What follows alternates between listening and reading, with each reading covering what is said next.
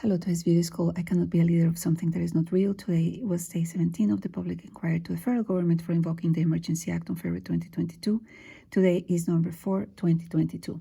The agenda for today is overview, official version versus intention, today's witnesses, and my point of view. As everybody knows, we are reviewing the testimonies of the inquiry that seeks to understand if Justin Castro had valid reasons to invoke the Emergency Act and if the powers that he used were exceeding the scope granted by the Act. Based on the findings, the lead commissioner will put forward a recommendation in English and French by February of next year to the federal government. This is not a trial, it's an inquiry. All my videos can be found on Lisa Bruce Research on YouTube, as well as my own website, lisabruceresearch.com, and the live feed and the actual testimonies can be heard on the link shown in yellow below. Today I want to talk a little bit about what the official version of this inquiry is versus the hidden intentions, or what I perceive to be the hidden intentions, because we have talked many times about the list of things that are required to invoke the Emergency Act that include one or more than one of the following: either espionage, proof of foreign activities, threat of use of violence for ideological, political, or religious reasons, or violence against property to achieve political objectives and or overthrow the Canadian government. It is my strong belief that based on all the testimonies we have heard so far, including the ones from the police officers, and all the intelligence show that none of these were present, based on, again, all the testimonies we have heard. So I started to put together today, try to understand what is hidden, what is the objective of each one of the different people that are providing testimonies, and obviously the scope of the questions of each one of the different counselors. Because I started to feel today that all that the government is doing with this quote inquiry is to gather intelligence, gather more evidence against them, because vast majority of the witnesses, particularly the ones from the convoy, are actually with open cases, and trials won't take place until next year. So sometimes I feel they're mocking them, that they're inflicting pain on them and maybe even on us, because we care about these people, and perhaps demoralize us, them. I don't know. I just started to feel that today. So I'm going to start to include that in every single one of the different parts of the video today. I have a very lengthy amount of information, so I'm going to try to be very, very fast. We had 3 witnesses and one panel of 2 people. We went from 9:30 to 7 p.m. We finished the inquiry with the second part of Tamara Lich, because today we had the cross-examination. And again, I'm never impressed with this lawyer from the Ottawa Business and Residents Coalition today. He did a lot of bad things again. And obviously all he's trying to do is to prove that for her, the honking was too much. Therefore, for the residents, the honking was too much. She does not acknowledge that, but obviously he tried multiple times to do that. He went on and on and on about all the videos that she posted when she was saying, hold the line while she was being arrested, and what did you mean by that? And obviously all she meant was just be honest about your beliefs and hold your beliefs. And obviously it's being used against her, and all she was doing, according to her, was repeating something that somebody was yelling at her as a sign of support. When they are talking about you were charged, his question was, you were charged under the criminal code for mischief and intimidation. And then it just feels very painful for her. So every single time they ask these questions, I wonder, how is this related to understanding the Emergency Act? How does this make any sense at all? And today was a very difficult day, because I don't feel this is going to a very positive ground. Here, when it was the time for the government of Canada, of course, the objective is to prove that the violence and the threat of violence were present, because we know that those are the only 2 avenues that they can use to prove that the invocation of the Emergency Act was substantiated. They were talking about some videos, and there were some inflammatory statements of violence, and then that Canadian Tire reported unusual quantity of bear spray being sold in the past 2 days. I don't even know if laughing at this or crying at this. It just makes no sense. And we heard this from the, I don't know if it was McKinney or Fleury that were talking about that as well, or the previous lady, can't remember. Here, obviously, the government of Canada keeps on bringing this subject back, because that is the most demonized person in the whole inquiry, and saying, did you were saying that this was real, not real? When did you meet him? Why did you meet him? How many times did you talk to him? So it's just a constant line of inquiry. Ottawa police, the objective obviously is to prove that the downtown was not going to be invaded, so to speak, by the trucks. The police was not at fault, etc., etc. And then this counselor for the convoy, that is the counselor of Tamara, was saying, I think he said 2 or 3 times, that the line of questioning of the Ottawa police was inappropriate. And the reason being because they were talking about things that happened after she was in jail. So obviously, how is she supposed to give any testimony about either papers or letters or emails or anything when she was incarcerated? So it makes absolutely no sense. Here, she was being asked about emails that she never received. So again, inappropriate line of question. And more than inappropriate, it's just irrelevant. What do you want me to say about things that I never witnessed? So obviously, they're trying to also prove that she was asked to leave, and they brought together a document. I think it was a transcript of a conversation of a video on which she was asked to leave, and then she refused to leave, just to make sure that they justify the arrest that took place. Here, the slowly counselor, again, bringing things that, have you seen this before? No. When did you realize this was chaotic? So obviously she's describing the same thing that I personally witnessed when I visited Ottawa. Lots of smiles, flags, people hugging each other. And of course, she's feeling and demonstrating what everybody had been living for 2 years, isolation, lockdowns, and then all of a sudden there is an avenue for people to express themselves, to feel united to a community, and to be close to other people, which is what we're supposed to be. We are definitely supposed to socialize. So here we have the peaceful protesters of the Windsor counselor, and obviously he's trying to prove that all the donations were a form of political expression. So they brought back the fact that she originally thought that maybe even $100,000 or $200,000 was a very achievable target, and eventually we all know how high it went. So the original objective was just to give them money for the gas and nothing else. So I think it's very clear for everyone, based on the transparency of the money, that she never misappropriated any funds. But he wanted to bring this back to make sure that it was crystal clear that she did everything right from the financial perspective, and there's enough proof of that. Here, when the convoy organizers counselor, that again is her own counselor, here, sorry for the typos, I do this while I listen, so sometimes major typos. Here she was asked if you would have given a court order to leave, and she said, I would have left. I never intend to break the law. So he's going to bring all the time that all the proof, all the documentation indicates that she was never asked to leave, and every single document that she received was stating that as long as she wouldn't do anything unlawful, she could remain in Ottawa. So again, it's a back and forth about the same thing. He withdrew a question about the number of victims of violence. So there's also this narrative that a lot of violent acts happened during the convoy, which is absolutely not true, even based on the documents from the police officers. Here they want to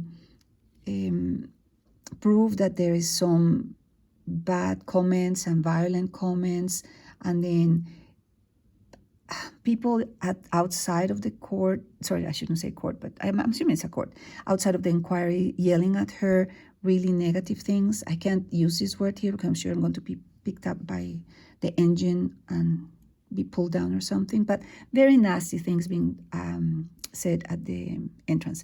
Now, then we had a request by the Ottawa Police Counselor not to bring forward 2 individuals that were arrested on February 18 after the Emergency Act. So Ottawa Coalition and the OPP also supported the Ottawa Police because their argument was that this was not relevant to the mandate of the inquiry. But what is interesting is this gentleman from the coalition, I can't remember who he is. He's, I think he's for the Freedom Coalition. So he said, well, here we're going to see proof of the implementation of the authority as a result of the Emergency Act. So clearly, this makes perfect sense and is aligned with the mandate of the lead commissioner. So then the Ottawa police said, well, but everybody knew what they were going to say, and we don't know what these people are going to say. And I was thinking, what? That's not what the inquiry is supposed to be. The inquiry is supposed to tell you new things. The inquiry is supposed to inquire, not repeat what you already know. So there are a lot of things that are really odd to me, and this Ottawa police counselor is just not saying something that makes a lot of sense to me. Eventually he would say, listen, we're going to do it this way.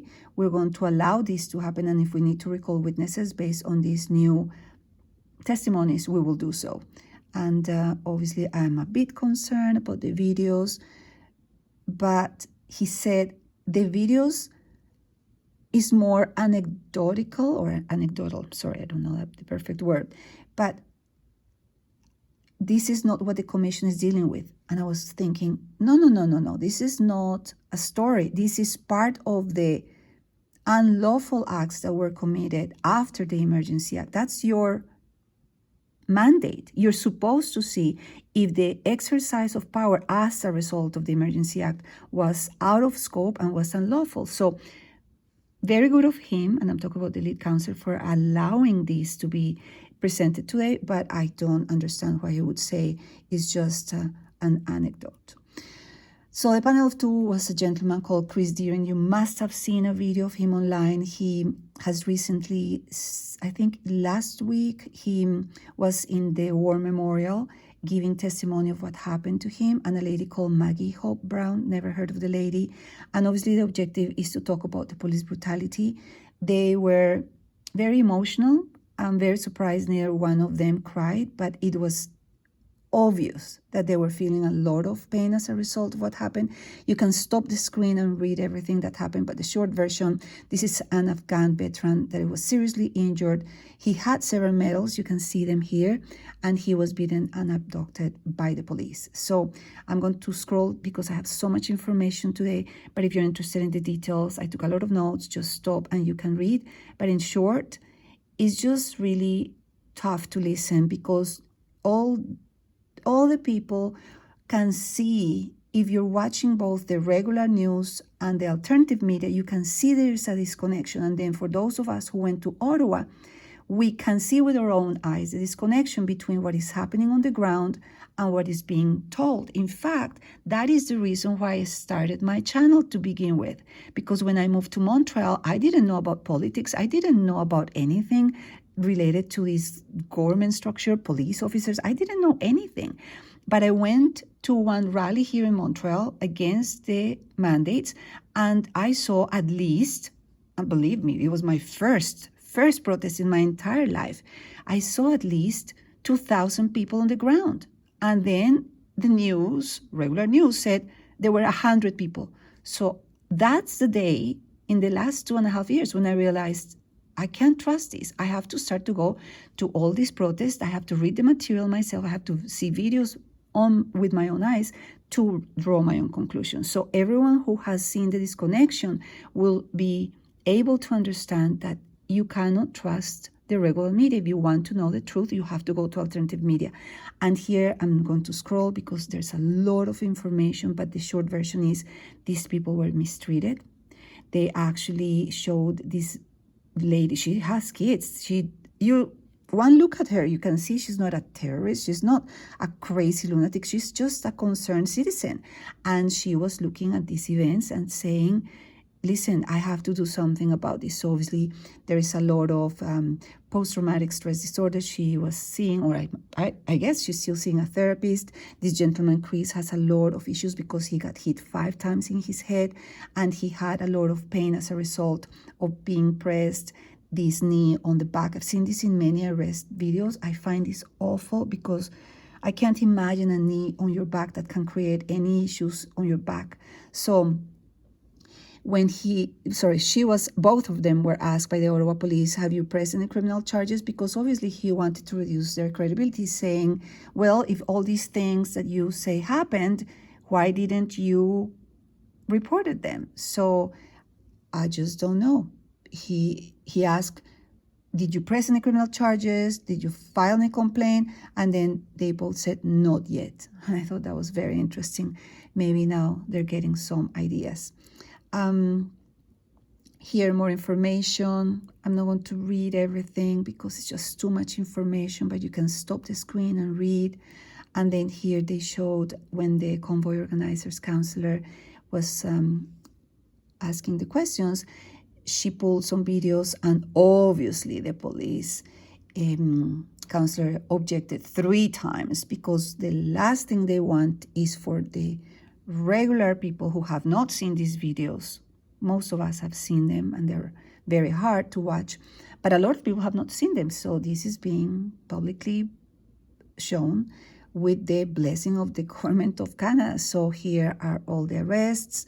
She was actually also pointed with a gun on her head, even though you can see her, like, what is she going to do against many police officers that are way stronger than her? She was on her knees, and she was pushed to the ground. She used her hands to support herself, and then she was yelled, put your hands back, so she could be arrested. And she couldn't do it because she was just trying to avoid her face coming to the ground with the police officers on top of her. She turned around and the gun was pointing at her head.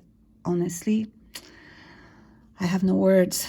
Then the Ottawa Coalition Councillor trying to show through different videos how there was this gentleman, never seen this video, that he said this, and then tons of videos of the honking, and then both of them, particularly she was asked by the Ottawa Coalition's councillor, would this be okay if this is in front of your home?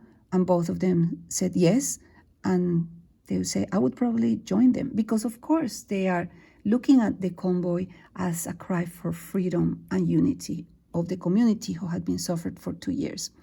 Here, obviously, the objective of the Constitutional Rights Councillor is going to be the same. And then the question was, were the news lying? Well, yes, they were talking about race, they were racist and they were violent. Did you see any of that? No diverse culture. Did you see any racism? No, it was healing. So again, she talked about the specifics of her arrest. Then the second individual witness was a gentleman called Jerry Mackenzie. I've never heard of this man until yesterday or the day before when they were talking about him. I was trying to understand, what are they talking about? So I did a little bit of research that day and today again. And obviously, he's being accused of being horrible, when in reality, all he did was, and he explained this in his testimony, he grabbed a black screen on his phone, did with his finger one line, and created a quote flag. He talks about, and I think I explained this yesterday, he talks about a goat that is on drugs and travels in time, and that's it. And obviously, he's being accused of this. I honestly have no words. How can this man be accused of all these things? And he was arrested in August of 2022. Again, you can stop the screen and see more details. You can see his original videos. He looks to me, seriously, like a clownish person trying to be funny. And we all know that at a certain point in time, being in social media may become a business or a source of income. So he was selling merchandising, and perhaps he was making money with the ads on his videos. I don't know. But honestly, I think he was just joking. And yes, he sold merchandise. I mean, that's not a crime. I don't understand what they're going with this. And then the commissioner councillor, he's just accusing him of a lot of things. Again, it's a man drawing a line on a phone. I don't understand. He's in jail. He is in jail for doing these things.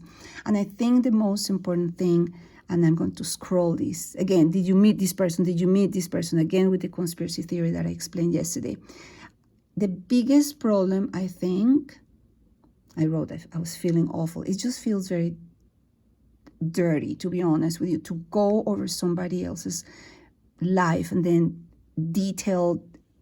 describe everything and what did you mean by this word, and what, it just feels awful, truly.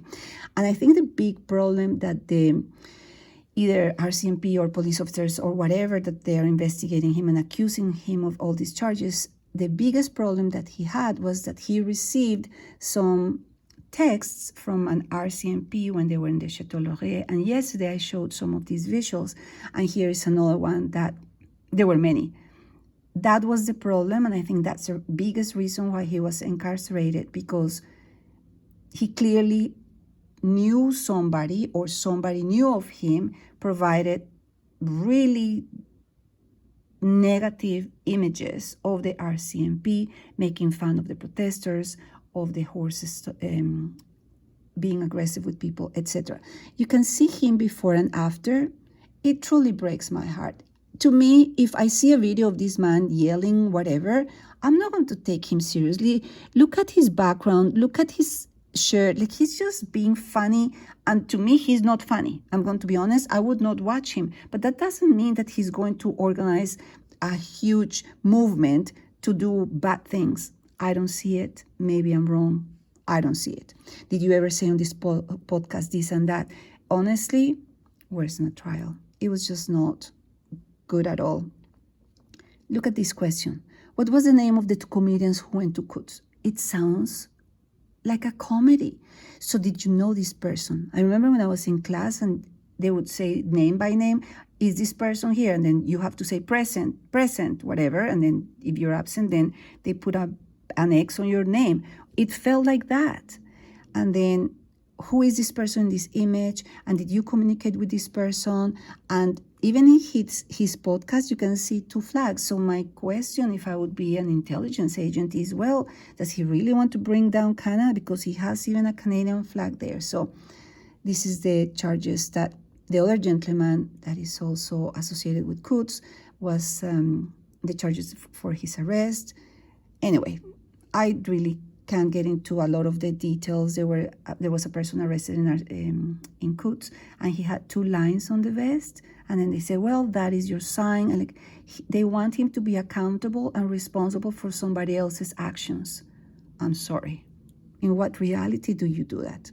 Here was the direct, no, actually that's not direct, that's actually the cross-examination. I did a mistake. Government of Canada, and I wrote this absurd. No, okay, he was asked by the Government of Canada, do you describe yourself as a de facto leader of Diagolon? And he said, no, I can't, because it's fiction and I can't be a leader of something that is not real. And that's the title of the video. I left this image here by mistake. Then, this is not a joke. There was a podcast that was shown, or a video was shown, where he said, if you're in Ottawa, if you want to dance, let's dance. And then Government of Canada is asking, do you see this as non-violent? I couldn't understand. How can you say that dance is violent? So absurd. This Ottawa coalition lawyer drives me insane. Like, he's such an awful, well, he does his questions. So he's just either gathering intelligence or just anything and everything will be used against you. So you made a call for violence, and in Ottawa, did you meet this person, and did you talk to this person, and how many people did you talk, and did you bring any firearms? Like, oh my God. And the interesting thing is that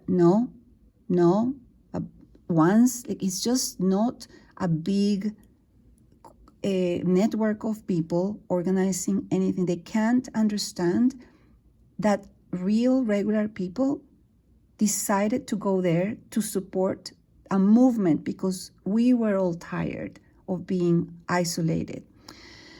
Here, Ottawa, again, this is wrong, this is not direct, this is cross. Ottawa Police Councillor, do you agree that social media can influence people's behavior? Honestly, I just don't even know what to say anymore. Then it was the councillor, and then he's being accused of a lot of things. And again, to me, it sounds like the government is being paranoid with him. That's what it feels to me.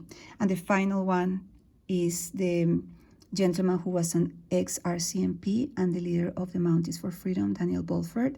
And then he talked about the fact that the most significant thing for him during the convoy was try to understand if there were any, quote, lone wolves, because in his previous role, that was the major concern when there was any type of gathering, call it Canada Day or whatever, which makes perfect sense. And here he ratifies what everybody obviously fears, an infiltration from this organization that would obviously discredit the convoy. And here, again, I wrote, it feels like the objective is to determine the structure, potential future trials. I'm not 100% sure if he has been charged with something. I think he has not, but his accounts were frozen. He was describing, and I'm talking about Daniel, he was describing that slowly was fair, and that he noticed a tone that changed after a board meeting on which these allegations started to come, and then obviously he knew that it would be a matter of time when the police had to turn against the people. Again, do you ever meet with this individual? Again, honestly, this is the repetition of the repetition. And then he said that he was going twice per day to the Rideau Sussex. These two are the topics that never fail to appear. And he said to the police officer, apparently, you have to stop listening to CBC for intelligence, because obviously it feels like there's building these stories that are completely unfounded. Were you in contact with Windsor when you contact with Coots? And he says, no. Then on February 18, he got arrested. I was never notified that my accounts would be frozen, contrary to the RCMP testimony. So he contradicted a previous testimony. And then Ottawa Police, Ottawa Police said there were 523 criminal charges. And then the counselor for the convoy said, well, then provide the evidence, because obviously you can see here, even from the words of the Ottawa Police, that said between January 28 and March.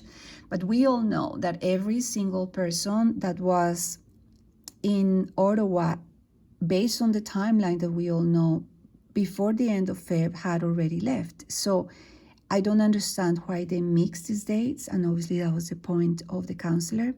And he responded to Ottawa Police counselor, it was not my job to provide information to report criminal offenses to the police.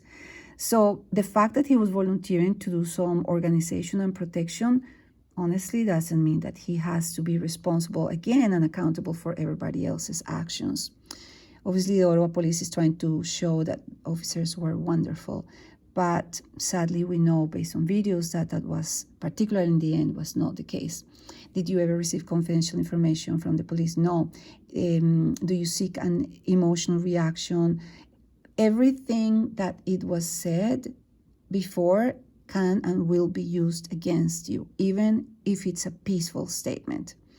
And then here, Daniel was saying that he was hoping that the police officers would not go against the citizens and they would stand for us and protect us. But obviously that didn't take place.